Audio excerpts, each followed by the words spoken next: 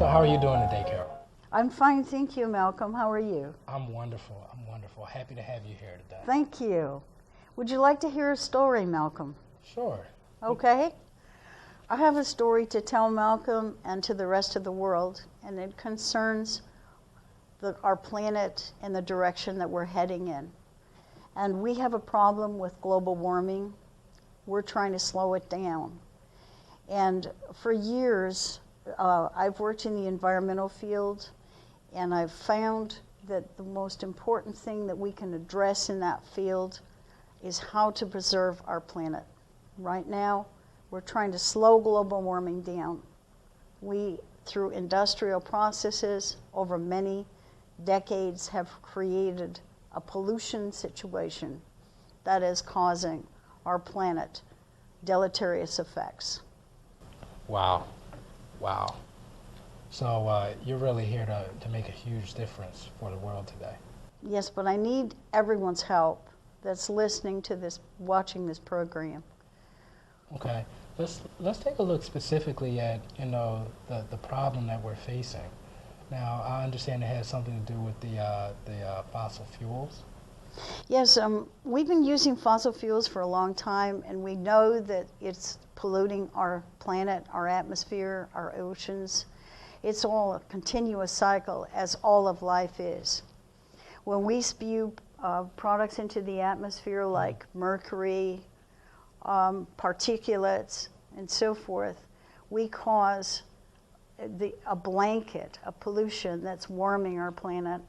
Okay. And it's having effects on our oceans, of course, on our temperatures, and causing the oceans to be acidic, and our temperatures. And so it has to be addressed. There has to be a solution to this problem, and that's what I wanted to talk to you about today. Really?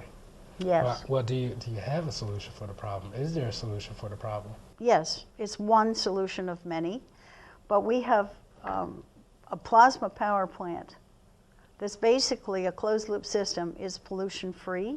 Okay. And so what we're trying to say is we do not have to continue on the present path that we're on to produce power. We have alternative ways of doing this. Really? Yes. Okay. I have some documentation here that really states that you have some prestigious credibilities with the government, as far as your education. So, it seems like you're really the perfect person to deliver this message and really share about this problem and the solution that we have here today. Is that true? Well, I have a lot of history of working in the environmental field, and I've been used in various capacities, privately and in the government, to consult on different problems that we face. And so because of my passion for the environment, for all living things in the environment, I guess this is why I feel so strongly today about this power plant that I want to explain to you. Wow. Okay, awesome. So would you mind sharing a little bit about this power plant, what it does, how it's come together? From what I understand, it's a long journey. It is. I started out with it in '93 when plasma was kind of in the early stages of development. Let me explain the definition of plasma. Plasma is the complete molecular dissociation of matter, particulates. Okay. And it does that at high temperatures, between 5,000 and 8,000 degrees Fahrenheit, and it can go higher if you need to for high-level radioactive waste. You can go up to 10,000 degrees. And what you do is you separate everything molecularly, and then it reforms into its original combination by molecular weight. So for example, if you put in dirty crude, you get clean crude because the pollutants weren't there to begin with. Mm-hmm. Make sense? Yeah, it makes a lot of sense. Okay, so we can do this. We can put unsorted waste into the plasma system, organic and inorganic, and we can process this waste through a heat exchanger, through gas turbines. We can create electricity, we can create products, and we do not have stacks with pollution. We can do all this by processing it in the plasma at high temperatures. So you can lower my pico bills, what you're telling me. Yes. Also. Yeah, I'm excited about that. And the nice thing about it is that as long as we have humans on the planet, we'll have garbage. And that's what we take. We take the garbage from the transportation that, now it's going to landfills. Mm-hmm. We have it diverted to the plasma plant. We empty the landfills and restore the land. We can clean soil. I mean, there's all kinds of things the plasma can do at these high temperatures. Wow. And so the purpose of this is it's an efficient system. It doesn't have a lot of expense up front because you're taking in garbage. Okay. Everybody's trying to get rid of garbage. Well, why don't we think out of the box and say, what can we do with it? Well, we can recycle it. Okay. And the stuff we don't want to put back into the environment, we turn it into power. So you're telling me that this system, this system, it takes the trash that we don't want. And I know, across not only this country, but abroad, they have huge landfills full of trash that's taking up all this space. It's, making the land unusable. It's polluting the soil and different things. You can take this trash, turn it into power. Yes. Okay, to fuel, our daily living, our lifestyle, Correct. Our companies and so on and so forth. And not only can we do that and get rid of the trash in the process, but we can also do that without polluting our skies and our soils and different things like that? When you reutilize 100% of what you put into it, then there's no place for any exhaust. Now, of course, you'd have an exhaust for water vapor because you're creating steam, of course, for power. But you don't have polluting stacks because you need everything that goes into that plant. You have to think that since you can't destroy matter, that you're just finding another way to reuse it. Matter is not destructible. It never goes away. Okay. So if you do it this way, then you can put back into the environment in a safe way what you have taken out of the environment. Now you don't want it anymore. We're a consumer-based society. So we create a lot of trash. Everything is throw away, throw away, throw away. Okay. I mean, if you think how much trash one person creates in one day, it's amazing. And you have billions of people on the planet. So you realize that we have a lot of waste. And so we have to put it somewhere, so why not recycle it? So, I mean, it sounds like a modern day, situation of turn your trash into treasure. Yes, exactly. What's another man's trash is someone else's treasure. And that's what we're doing. We're just taking that trash, converting it to syngas, and using it in power. And this is the things that we don't want to recycle into product. All right, that's decent. It's really decent. Are there any other benefits? Like, what's the maintenance on this? These type of power plants. It's low maintenance because it's a large tank. Okay.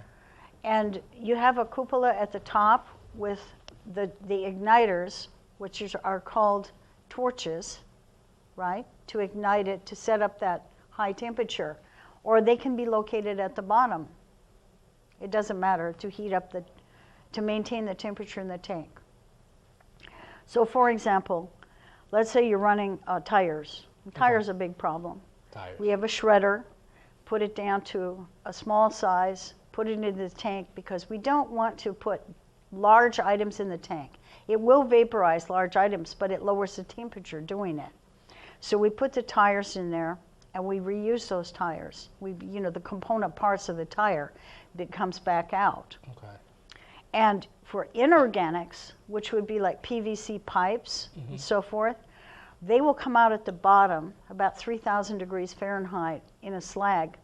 It's water cooled in a basin, and then it forms an obsidian-like material that's used in the construction industry for roads, the concrete industry, and so forth.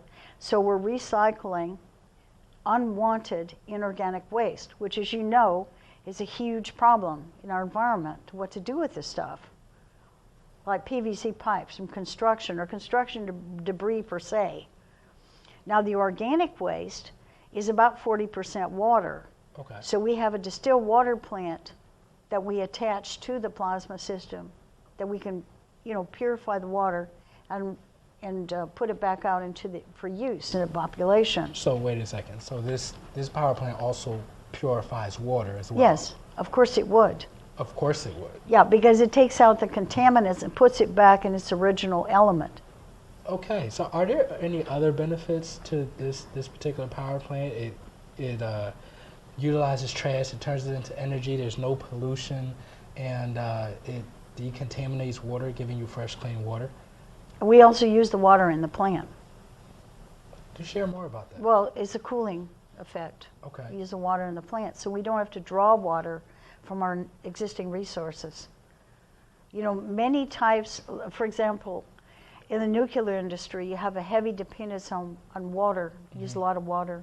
You don't need to do that. You just recycle. You're taking the water from trash and you're reusing it for good purposes. Okay. Are there any purposes in specific that you might use it for? Well, the water? Mm-hmm. Well, yeah, as I said, we have a bottling plant attached to it. Okay. Now, you mentioned other things. We can put a greenhouse operation there Okay. in almost any climate. Okay.